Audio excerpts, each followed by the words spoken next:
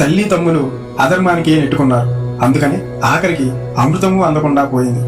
వీళ్ళ దగ్గర బతకడం కంటే ఇల్లు వదిలిపోవడం మంచిది అని బాధపడ్డాడు ఆదిశేషుడు. వైరాగ్యంతో ఇంటి నుండి దూరం అవ్వాలని బయలుదేరాడు.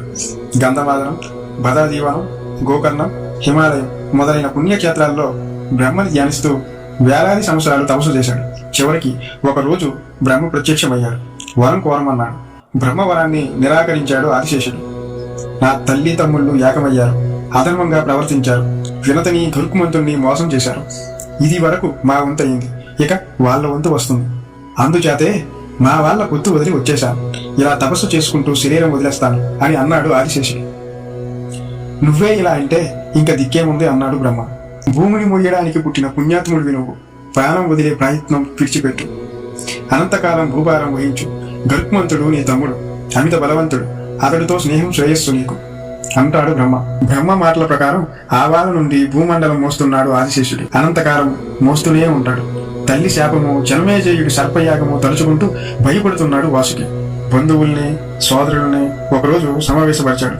తపస్సు చేసి భూమిని మోస్తున్నాడు అన్న ఆదిశేషుడు మనకు తల్లి శాపం తప్పించుకునే సాధనం ఏమిటి అని చర్చించడం ప్రారంభించాడు. ఇలా ఉండగా వాసుకి చెల్లెలు జరత్కారుడనే ముని వివాహం చేసుకుంటాడు. వాళ్ళకి ఆస్తికుడనే మహాముని పుడతాడు. ఆస్తికుడే సర్పయాగాన్ని సగంలో ఆపుతాడు. లోకానికి అవసరమైన గొప్ప గొప్ప పాములు బతికిపోతాయి. జరత్కారుడు యావర వంశస్థుడు. బ్రహ్మచర్యయే వ్రతంగా పెట్టుకున్నాడు అతను. తపస్సు చేసుకుంటూ అడవుల్లో తిరిగేవాడు. అడవిలో తిరుగుతూ ఉండగా ఒకనాడు ఒక వింత కనబడింది అతనికి. ఒక నీటి గుంట. ఆ గుంట ఒడ్డున ఒక ఆవురు గడ్డి మొక్క. ఆవురు మొక్కని ఆధారం చేసుకుని తలకిందులుగా గుంటలోకి వేలాడుతున్న కొందరు మునులు కనిపించారు. సూర్యకిరణాలు తప్ప మరో ఆహారం లేదు వాళ్ళకి. ఆవురి మొక్క యొక్క వేళ్ళన్నీ ఎలక కొరికేసింది. ఒక కుంకుడు వేరు మాత్రమే మిగిలింది. ఏ నిమిషం ఎలక కొరికినా నీటి గుంటలో పడిపోతారు ఆ మునులు. అది ఒక తపస్సు అనుకున్నాడు జరత్కారుడు. దగ్గరికి వెళ్ళి నాకు ఈ తపస్సు నేర్పండి అని అంటారు. అయ్యో ఇదేం తపస్సు, మా కర్మ అని అన్నారు మునులు. పాపాత్ములం, సంతానం లేని వాళ్ళం, వంశాంకురం లేకపోయి అధోలోకం దారి పట్టి ఇలా వేలాడుతున్నాం. మా కర్మ ఇలా కాలిపోయి మా వంశంలో జరత్కారుడు అనే పాపాత్ముడు పుట్టాడు.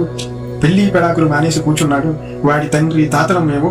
వాడొక్కడే మా వంశానికల్లా ఉన్నాడు. ఇప్పుడు ఈ ఆవురు మొక్క మా వంశ వృక్షం. కోకటి వేరే జరత్కారుడు, ఎలుక యముడు. కురికిన వాళ్ళు తరతరాల మా వంశ పురుషులు. నీటి గుంట అధోలోకం. జరత్కారుడు సంతానం లేకుండా మరణిస్తే కోకటి వేరు కొరికేస్తుంది ఎలక. మేమంతా అధోలోకంలో పడిపోతాం.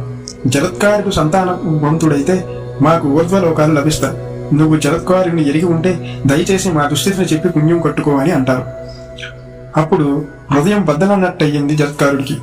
నా అపరాధం అర్థమైంది, వివాహం చేసుకుంటాను అని అంటాడు జరత్కారుడు. ఆదేశం శిరోధార్యం, తప్పకుండా వివాహం చేసుకుంటాను. అయితే నా పేరు ఆమె పేరు ఒకటై ఉండాలి. అలాంటి కన్యనే వివాహం చేసుకుంటాను అంటాడు జరత్కారుడు. ఆ క్షణం మొదలు తన పేరు ఉన్న కన్య కోసం వెతకడం ప్రారంభించాడు. దేశాలు తిరిగాడు. భూలోకం మీద ఎక్కడా తన పేరు ఉన్న కన్య కనబడలేదు. రోజులు గడిచిపోతున్నా. అసలే వ్రతాయాసం, శుష్కించిన శరీరం, దానికి తోడు వార్ధాక్యము వచ్చిపడింది. పితృవర్గాన్ని ఉద్ధరించాలి అన్న చింత బాధేస్తుంది. తన పేరు ఉన్న పిల్ల నరలోకంలో కరువైపోయింది. చారుల వల్ల అంతా విన్నాడు వాసుకి. తన చెల్లెలైన జరత్కారుని నాగలోకం నుండి వెంట పెట్టుకుని వచ్చాడు. ఎలా అయితేనే కోరిన కన్య దొరికింది జరత్కారుడికి. పెళ్లి జరిగింది. అయితే శోభనం రోజు రాత్రి ఆమెతో ఒక షరతు పెట్టాడు. ఎప్పుడు అవమానించకూడదు నన్ను. ఎప్పుడు అవమానిస్తే అప్పుడే వదిలిపెట్టి వెళ్ళిపోతాను నిన్ను అంటాడు. పాపం జరత్కారు కత్తి మీద సాములా నడుచుకునేది. రాత్రనక పగలనక అప్రమత్తురాలై ఉండేది. భర్తకి ఏ లోపము రానియకుండా సేవ చేసేది. కొన్నాళ్లకు గర్భవతి అయింది ఆమె. ఒకరోజు భార్య తొడ మీద తలపెట్టుకుని జింకతోలి మీద నిద్రపోతున్నాడు జరత్కారుడు. పొద్దుపోయింది. ఆశ్రమంలో ఉన్న వాళ్ళంతా సాయంకాల కాలికొచ్చేల కోసం శ్రద్ధపడుతున్నారు. ఏమి చెయ్యాలో తోచలేదు జరత్కారుడికి. భర్తని లేపడమా, లేపితే నిద్రాభంగమైందని కోపపడతాడు. లేకపోతే సంధ్యావిధిలో నశిస్తాయి, ధర్మలోపమవుతుంది. లేపలేదేమని కోపగిస్తాడు. నిద్రాభంగానికి కోపగిస్తే సహిస్తాను, ధర్మహాని సహించినది అంటూ భర్తని లేపింది జరత్కారుడు. లేచి మండిపడ్డాడు జరత్కారుడు. ఏం వచ్చిందని నిద్ర చెడగొట్టావు అని ఉరిమాడు. సూర్యాస్తమైపోతూ ఉంది అంది భార్య భయపడుతూ. నేను లేకుండా ఎలా అవుతుంది సూర్యాస్తయం అని గద్దించాడు జరత్కారుడు. తొలి రోజే చెప్పాను, ఎప్పుడు అవమానిస్తే అప్పుడే వదిలిపోతాను. ఇవాళ అవమానించావు, ఇక నీతో సంబంధం తీరిపోయింది. మరలా నీ మొహం చూడను, వెళ్తున్నాను అని అంటాడు. పాపం కాళ్ళు వేళ్ళు పడింది జరత్కారు. వినలేదు జరత్కారుడు. నీ గర్భంలో అగ్నిహోత్రుడు లాంటి కుమారుడున్నాడు, విచారించుకు నువ్వు మీ అన్న దగ్గరికి వెళ్ళిపో అని చెప్పి వెనక్కి చూడకుండా వెళ్ళిపోయాడు. నిరాశ్రాయురాలైపోయింది జరత్కారు.